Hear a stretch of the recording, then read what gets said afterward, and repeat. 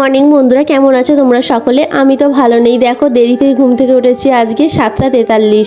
সঙ্গে সঙ্গে দেখি না আমার মেয়ে এই শয়তানটা উঠে পড়েছে। দেখো কীরকম বিচ্ছুপনা করছে। জামা প্যান্ট পরিয়ে হাতে ব্রাশ দিয়ে ছাদে নিয়ে চলে গেলাম। দেখো আমাদের ছাদের গাছে লঙ্কা এসেছে, কত সুন্দর। এইখানে আরও কয়েকটা গাছ রয়েছে, এখানে ফুলের গাছ, আমের গাছ, এগুলি চাষ হয়েছে। আর এখানে ভালো করে জামা কাপড় দিয়ে দিলাম।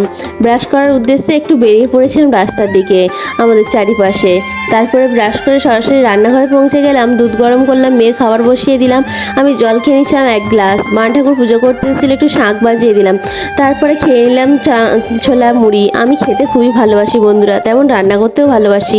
আজকে রান্নায় ছিল ডাল, বটবটির তরকারি, আমার মেয়ের ঝোলও হয়েছিল এখানে।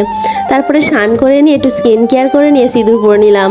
তারপরে ঠাকুরকে জল দিয়ে দিলাম। এইখানে আমি প্রায় রোজই ঠাকুরকে জল দিয়ে থাকি স্নান করে। ভালো করে দুটো ডিম ভেজে নিলাম। আমরা গরম গরম ডিম ভেজে খেতে ভালোবাসি।